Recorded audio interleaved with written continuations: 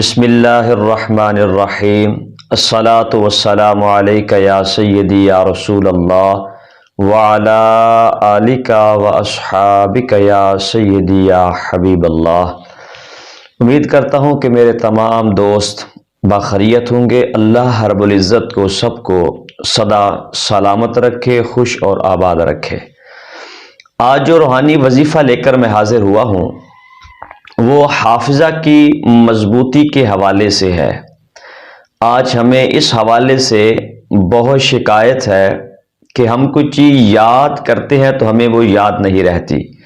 ہمارے بچے اگر کوئی سبق یاد کرتے ہیں تو ہمیں سبق یاد نہیں رہتا یا سبق یاد نہیں ہوتا۔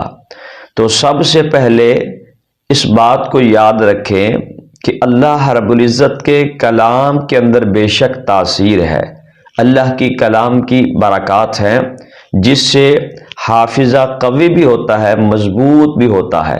لیکن اس کے ساتھ ساتھ اپنے آپ کو گناہوں سے بچانا بھی بہت ضروری ہے۔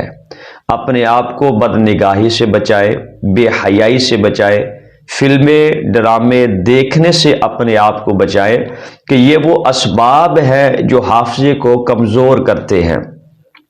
تو اگر ان اسباب کو چھوڑ دیا جائے اور اللہ رب العزت کے کلام پر یقین رکھتے ہوئے اس کا عمل کیا جائے تو اللہ رب العزت اپنے فضل و کرم سے تمہارے حافظے کو قوی بھی فرمائے گا اور مضبوط بھی فرمائے گا۔ لیکن سب سے پہلے اگر آپ کا بچہ اس معاملے کا شکار ہے تو اسے بد نگاہی اور فلموں ڈراموں سے بچا کے رکھے۔ عمل یہ ہے کہ آپ نے ہر نماز کے بعد اپنے سر پر دایاں ہاتھ رکھ کر اول آخر درود پاک اور 11 مرتبہ یا قویو 11 مرتبہ اس کو پڑھنا ہے۔ اور دوسرا عمل یہ ہے کہ اگر کسی کے چھوٹے بچے ہیں اور ان کو سبق یاد نہیں ہوتا، جو یاد کرتے ہیں ان کو بھول جاتا ہے، تو اس حوالے سے والدین ان کے لیے یہ عمل کر سکتے ہیں کہ اول آخر 11 مرتبہ درود پاک پڑھیں اور اس کے بعد یا علیمو